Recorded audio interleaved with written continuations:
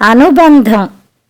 ఆచంట శారదాదేవి గారు రచించిన ఈ కథ ఆంధ్రజ్యోతి దీపావళి సంచికలో 1982లో ప్రచురితమైంది. మధ్యాహ్నం మహాలక్ష్మమ్మ మడత మంచం మీద కూర్చుంది ఏకాంతంగా. రోజూ ఆ వేళప్పుడు అలానే కూర్చుంటుంది ఏమీ తోచక. పని అంతా ముగించుకుని పని మనిషి 12 గంటలకల్లా వెళ్ళిపోతుంది. మళ్ళా 4 గంటలకి వస్తుంది. ఆ తర్వాత అంతా వస్తారు, ఒక్కరొక్కరే. కొడుకు, కోడలు, మనవడు, మనవరాలు. అప్పుడు ఏకాంతమే. మరొక రకంగా అందరూ అలసిపోయి ఉంటారు. ఎవరి పనుల్లో వాళ్ళు ఉంటారు. మహాలక్ష్మమ్మతో మాట్లాడే ఓపిక ఎవరికీ ఉండదు. కాకపోతే మడత మంచం మీద నుంచి లేచి వచ్చి వరండాలో కూర్చుని ఇంట్లో అందర్నీ ఓపిగ్గా చూస్తూ ఉంటుంది. ఏదో సినిమా చూసినట్టు. చీకటి పడితే కాసిని పాలు తాగి మళ్ళా మడత మంచం మీదకి చేరుతుంది. అది తనకు ప్రియమైనది. పట్నంలో కొడుకు సుందరం ఏదో కంపెనీలో సూపర్వైజర్గా పనిచేస్తున్నాడు. కోడలు సుమతి బ్యాంకులో అకౌంటెంట్గా పనిచేస్తోంది. మనవడు శేఖరం, మనవరాలు కమల కాలేజీలో చదువుకుంటున్నారు. ఈ ఊరు వచ్చి అప్పుడే 12 ఏళ్ళు అయింది. ఈ మహాపట్నంలో సుందరానికి దొరికింది ఈ సందులో మేడ మీద భాగం. అదే రాజభవనం. ఒకరికన్నా ఎక్కువ పట్టని సన్నని మెట్లు, ముగ్గురికన్నా ఎక్కువ పట్టని చిన్న వరండా, అందులోనే ఓ చిన్న కొయ్య అడ్డం పెడితే అవతల వైపు ఓ మడత మంచం, ఓ చిన్న బల్ల మీద ఓ చిన్న పెట్టె. అది మహాలక్ష్మమ్మ సంసారం. అదే ఆమెకు పెన్నిధి. ఆ వరండాకు అవతల ఓ గది, అందులో 4 కుర్చీలు, ఓ రేడియో. అది డ్రాయింగ్ రూము. సాయంత్రం పిల్లలకు స్టడీ రూము, రాత్రికి అందరికీ బెడ్రూము, ఎప్పుడైనా ఎవరైనా వస్తే గెస్ట్ రూము. ఆ వెనకాల మళ్ళా ఓ చిన్న వరండా, ఓ చిన్న వంట ఇల్లు, బాత్రూము. ముందు వరండాలో కూర్చుంటే ఇల్లంతా కనపడుతూ ఉంటుంది. పగలంతా ఇంట్లో ఎవరూ ఉండరు గనక సరిపోతోంది. కోడలు సుమతి మంచిదే, ఎక్కువ మాట్లాడదు. అటు ఆఫీస్ పని, ఇటు ఇంట్లో పని ఓపిగ్గా సర్దుకుంటూ ఉంటుంది. పని మనిషి రాజ్యలక్ష్మి మంచిదే, మాట పలుకు లేకుండా సర్దుకుపోతూ ఉంటుంది. మహాలక్ష్మమ్మకు భర్త ఉన్నన్నాళ్ళు ఆయన సేవ సరిపోతూ ఉండేది. ఇప్పుడు ఆయన పోయాక ఒక రకంగా ఒంటరితనం. కొడుకు కోడలు అందరూ ఉన్నా ఎవరి తోవ వాళ్ళది. మహాలక్ష్మమ్మ ఎప్పుడు తలదిండు కింద కాచేయని పుస్తకం పెట్టుకుంటుంది. అది ఎప్పుడో 50 ఏళ్ల కిందట కొనుక్కుంది. కాస్త చిరిగినా కాస్త ఇంకా బాగానే ఉంది.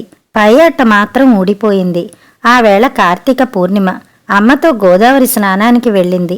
తడిబట్టలతో తిరిగి వస్తుంటే తోవలో ఒకతను బల్ల నిండా పుస్తకాలు పేర్చి అమ్ముతున్నాడు.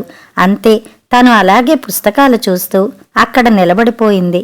ఆ రోజుల్లో తనకు పుస్తకాలంటే చాలా పిచ్చి. ఏ కథల పుస్తకం దొరికినా ఏమూలో కూర్చుని చదువుతూ ఉండేది. అప్పుడు ఆ పల్లెటూళ్ళలో తమ ఇల్లు చాలా పెద్దది. చుట్టూ పెద్ద తోట, మేడ మీద గదులు, పెద్ద పెద్ద వరండాలు. ఏ మూల ఎక్కడ కూర్చుని చదువుకున్నా ఎవరికీ తెలియదు. అప్పట్లో వచ్చే కథలన్నీ వేరు. రాజకుమార్తెలు, రాజకుమారులు, ఉద్యానవనాలు. అదొక లోకం. తాను ఆ లోకంలో నుంచి ఈ లోకంలోకి ఎప్పుడో గాని బయటికి వచ్చేది కాదు. ఆ ఊహాలోకంలో అలవాటైతే తమ ఇల్లు రాజమందిరంలాగా, తమ తోట ఉద్యానవనంగా, అక్కడ ఎగిరే పిట్టలే కలహంసలుగా కళ్ళు కంటూ ఉండేది. ఎప్పుడూ ఎవరు తనకు ఏ పని చెప్పేవారు కాదు. ఆ వేళ బల్ల దగ్గర నిలబడి పుస్తకాలలో లీనమైపోతే అమ్మ మళ్ళా వెనక్కు తన్ను వెతుక్కుంటూ వచ్చింది. అన్ని పుస్తకాలలోకి కాచేయని ఆకర్షణీయంగా కనిపించింది. ఆ పుస్తకం కొంటే గాని రానని తను మారం చేసింది. అమ్మ కొన్నది. ఆవిడికి చదువు రాదు. తాను చదివితే ఎప్పుడైనా ఓపిక ఉంటే వింటూ ఉండేది, లేకపోతే లేదు. ఆ వేళ అలా తెచ్చుకుందా పుస్తకం. ఇంటికి రాగానే సాయంత్రం లోపల చదివి ముగించింది. ఆ కథ చాలా బాగుంది. కాచేయన ఒక రాజకుమార్తె. చిన్నప్పుడే ఆమెను దొంగలు ఎత్తుకుపోయారు. అక్కడ అడవిలో పెరిగింది. అక్కడ ఒక రాజకుమారుడితో పరిచయం అయింది. అతన్ని వరించింది. అతని సహాయంతో దొంగల ముఠాలో నుంచి బయటపడింది. ఆపదలో ఉన్న తన తండ్రిని కాపాడింది. రాజకుమారుణ్ణి పెళ్లాడింది. ఇంకా మధ్య మధ్యలో ఎన్ని కష్టాలో. అయినా ఎంత ధైర్యం! ఏమీ చెల్లించలేదు. ఆ నవల మహాలక్ష్మమ్మ 10 సార్లు చదివింది. మళ్ళా చదివింది. ఇప్పుడు చరమదశలో కూడా ఆ పుస్తకం తనకు తోడు నీడ. ఎప్పుడూ తలకిందే ఉంటుంది. ఏమీ తోచకపోతే ఓసారి తీసి 4 పంక్తులు చదువుతుంది, మళ్ళా దాచుకుంటుంది. ఆ వేళ ఇంటికి వచ్చాక తెలిసింది ఆ పుస్తకం రాసిన ఆయన పేరు తారాచంద్ అని. ఆయన ఇంకా చాలా నవలలు, కథలు రాశాడని. ఆ లిస్టు అంతా పుస్తకం వెనకాల రాసి ఉంది. మహాలక్ష్మమ్మకు అవన్నీ చదవాలనిపించింది. ఆ పుస్తకాల కోసం వేట ప్రారంభించింది. అక్కడ అడగ్గా చాలా పుస్తకాలు దొరికాయి. అవన్నీ చదవగా ఆ తారాచందు తనకు చాలా సన్నిహితమైనట్లు అనిపించింది. రాత్రి పగలు అతని పుస్తకాల గురించి, అతను సృష్టించిన పాత్రల గురించి, అతని కథలను గురించి, అతన్ని గురించి ఇవే ఆలోచనలు. అతన్ని ఒకసారి చూస్తే బాగుండును, అతను ఇంకా ఏవైనా కథలు రాశాడేమో ఒకసారి అడిగితే బాగుండును. ఇలాంటి ఆలోచనలు అప్పుడప్పుడు వచ్చి మళ్ళా మాయమవుతూ ఉండేవి. మహాలక్ష్మమ్మ ఎక్కువ చదువుకోలేదు. ఆమెనెవరూ బడికి పంపించి చదివించలేదు. ఆమె తాతగారు మంచి తెలుగు పండితుడు. ఆయన ఓపిగ్గా మహాలక్ష్మమ్మను దగ్గర కూర్చోబెట్టుకుని కాస్త చదువు నేర్పాడు. కొన్ని తెలుగు పుస్తకాలు చదివించాడు. కొన్ని ఆవిడ అక్కడ తెచ్చుకుని చదివింది. అంచేత ఆవిడకు తను చదివిన కథల్లో, పుస్తకాల్లో తారాచంద్ కథల పుస్తకాలే ఎక్కువ నచ్చాయి. అంతకన్నా మంచి పుస్తకాలు ఉండవచ్చునన్న ఆలోచన ఆవిడకెప్పుడూ రాలేదు. తన కల్పనలకు, ఊహలకు తారాచంద్ కథలు దీపం పెట్టాయి. ఆ రచయిత మీద ఒక అవ్యక్తమైన అభిమానం, అనురాగం గుండెల్లో చోటు చేసుకున్నాయి. ఆ ఆప్యాయతను ఇంతవరకు భద్రంగా దాచుకుంది. ఆ రచయితను చూడాలన్న కోరిక అప్పుడప్పుడు వస్తూనే ఉంది, మళ్ళా మరుగుపడుతూనే ఉంది. చిన్నప్పుడు ఒకసారి తల్లిని అడిగింది, కాత్యాయని నవల రాసిన తారాచంద్ గారిని ఒకసారి చూసి వస్తానని. ఆవిడ విసుక్కుంది. ఇవాళ పెళ్లివారు వస్తూ ఉంటే ఆయన్నెవరినో చూడాలంటావేమిటి, ముందు తలదువ్వుకో అంది. ఆవిడ మాటలు మహాలక్ష్మమ్మకు సబబుగానే తోచాయి. ఆ వేళ తను చూడడానికి పెళ్లివారు వస్తున్నారు. ఇల్లంతా సందడిగా ఉంది. తనకు సంతోషంగానే ఉంది. పట్టుపరికిణి కట్టడం, సింగారించడం అన్నీ.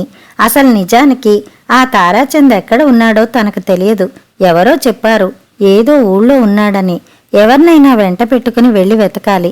ఇది అయ్యే పని కాదని మాట్లాడక ఊరుకుంది. సంబంధం కుదిరి పెళ్ళైపోయింది. అత్తవారింటికి వెళ్ళింది. అక్కడ పెద్ద సంసారం. అత్తగారు, మామగారు, బావలు, వదినలు, తోటి కోడళ్ళు, సందడిగా కాలం గడుస్తోంది.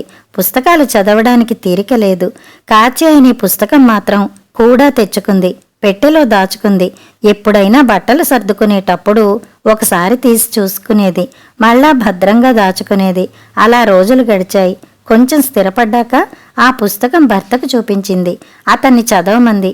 అతను చదవలేదు. తనకు ఆ రచయిత అంటే చాలా ఇష్టమని చెప్పింది. అతను వినిపించుకోలేదు. ఆ రచయిత అదేదో ఊళ్ళో ఉన్నాడట, ఒకసారి వెళ్ళి చూద్దామా అని అడిగింది. అప్పుడు అతను సమాధానం చెప్పాడు. నీకేమైనా మతిపోయిందా అన్నాడు. అంతే. ఆ తర్వాత మహాలక్ష్మమ్మ మళ్ళా ఆ ప్రస్తావన తేలేదు. మహాలక్ష్మమ్మ పెద్దదయింది, జుట్టు నెరిసింది, ఓపిక తగ్గింది. కొడుకు కాపరంలో అతిథి అయింది. అయినా మనసులో మమకారం పోలేదు. పెట్టెలో ఉన్న కాత్యాయన పుస్తకం తలకిందకు చేరింది, తోడు నీడగా. తనకిష్టమైన వ్యక్తిని చూడాలన్న తపనగానే మిగిలింది. ఒకరోజు కొడుకు కాస్త తీరిగ్గా పేపర్ చదువుకుంటూ ఉంటే ధైర్యంగా దగ్గరికి వెళ్ళి కూర్చుని అడిగింది, ఒరే అబ్బాయి, నా చిన్నతనంలో తారాచంద్ గారని ఒక ఆయన కథలు రాస్తూ ఉండేవాడు. ఆయన రాజమండ్రి దగ్గర ఏదో పల్లెటూరులో ఉంటాడని అప్పట్లో అనుకునేవారు. ఒకసారి వెళ్ళి చూసి రావాలని ఉంది అంది. కొడుకు ఎక్కువ మాట్లాడలేదు. నీకిప్పుడు ప్రయాణాలు చేసే ఓపిక లేదు కదమ్మా అన్నాడు. అంతే. ఆ మాటతో అక్కడి నుంచి లేచి వెళ్ళిపోయాడు. అతడు ఖాళీ చేసిన సోఫాలో మహాలక్ష్మమ్మ ఒక్కతే కూర్చుంది కాసేపు. మళ్ళా తన మడతమంచం దగ్గరికి వెళ్ళిపోయింది. తారాచంద్ కథలు రాయడం మానేసి చాలా రోజులయింది. ఆయన కథలు అందరూ చదవడం మానేసి కూడా చాలా రోజులయింది. అంచేత ఆ ఇంట్లో మహాలక్ష్మమ్మకు తప్ప అతని పేరు ఇంకెవరికీ తెలియదు. ఇంకెవరికీ ఆ విషయం పట్టదు. పనిమనిషి రాజ్యలక్ష్మి మాత్రం ఎప్పుడైనా పక్క దులిపినప్పుడల్లా ఈ పుస్తకం ఎందుకమ్మా ఎప్పుడూ తలకిందా అంటుంది. అంతే. మళ్ళా అక్కడే పెట్టేస్తుంది. ఆ పుస్తకంలో ఒక వ్యక్తి ఉన్నాడని, అతను తనకు తోడునీడగా ఉన్నాడని దానికేం తెలుసు? తను అతన్ని గురించి ఊహించుకుంటూనే కాలం గడుపుతోందని దానికి చెప్పినా తెలియకపోవచ్చు. తనకు ఎన్నో రకాల ఆలోచనలు. తారాచంద్ ఎలా ఉంటాడు? నలుపా తెలుపా? మంచి మనిషి ఉండాలి. అతని రూపాన్ని ఒక రకంగా ఊహించుకుంది. గిరిజాల జుట్టు, కళ్ళద్దాలు, ఖద్దరు కండువ, ఇలా ఏదో కల్పన. ఎప్పుడో ఎవరినో చూసి ఆ రూపంలో తన కల్పనకు ప్రాణం పోసిందేమో. ఇంకా ఎన్నో రకరకాల ఊహలు, ఆలోచనలు. అతని భార్య పిల్లలు ఎలా ఉంటారు? అతను భాగ్యవంతుడేనా? ఆ పల్లెలో ఏం చేస్తూ ఉంటాడు? ఈ ప్రశ్నలకు దేనికి సమాధానం దొరకదు. ఊరికి ఆలోచనలు, ఊహలు. వీటితోనే అతను ఆమెకు సన్నిహితమయ్యాడు. ఆ వేళ రాజ్యలక్ష్మి బజారు నుంచి సామాన్లు తెచ్చి అన్నీ డబ్బాల్లో పోసి పొట్లాలు విప్పిన కాగితాలన్నీ మడిచి ఓ మూల పెట్టింది. అందులో ఓ కాగితం తెలుగు పేపర్లా కనిపిస్తే మహాలక్ష్మమ్మ ఏమిటోనని తీసి చూసింది. ఆ కాగితం సగం చినిగిపోయి ఉంది. తేదీ లేదు. అందులో చివర ఓ మూల ఓ చిన్న వార్త ఉంది. కథా రచయిత తారాచందు తన స్వగ్రామంలో స్వర్గస్థులైనారు. ఆయన కొంతకాలంగా అస్వస్థులుగా ఉన్నారు. ఆయన కథలు ఒకప్పుడు విశేషంగా ప్రజాదరణ పొందాయి. 3 వాక్యాలు ఉన్నాయి. మూడు ముళ్లలా గుండెల్లో గుచ్చుకున్నాయి. ఒక వ్యక్తిని చూడాలని విపరీతంగా తపన పడింది. ఆ కోరిక తీరనే లేదు. తనకు ఆప్తబంధువు పోయినట్లు విపరీతంగా బాధగా ఉంది. ఏమీ తోచలేదు. ఒక్కసారిగా శూన్యం కమ్ముకున్నట్లుంది. దిగాలు పడి కూర్చుంది. సాయంత్రం అందరూ రాగానే ఒక్కొక్కరికి చెప్పింది తాను చదివిన వార్త.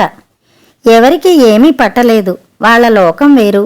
రోజులు మారాయి, అభిరుచులు మారాయి, ఆలోచనలు మారాయి. కొడుకు ఏదో మీటింగ్ ఉందని వెళ్ళిపోయాడు. కోడలు బ్యాంకులో ఏదో లెక్క తేడా వచ్చిందని దిగులు పడుతూ కూర్చుంది. మనవడు మనవరాలు పేక ఆడుకుంటూ కూర్చున్నారు. రాజ్యలక్ష్మి వంట చేసి ఏదో పనుందని వెళ్ళిపోయింది. ఎవరూ మహాలక్ష్మమ్మతో మాట్లాడలేదు. ఆమెను ఓదార్చలేదు.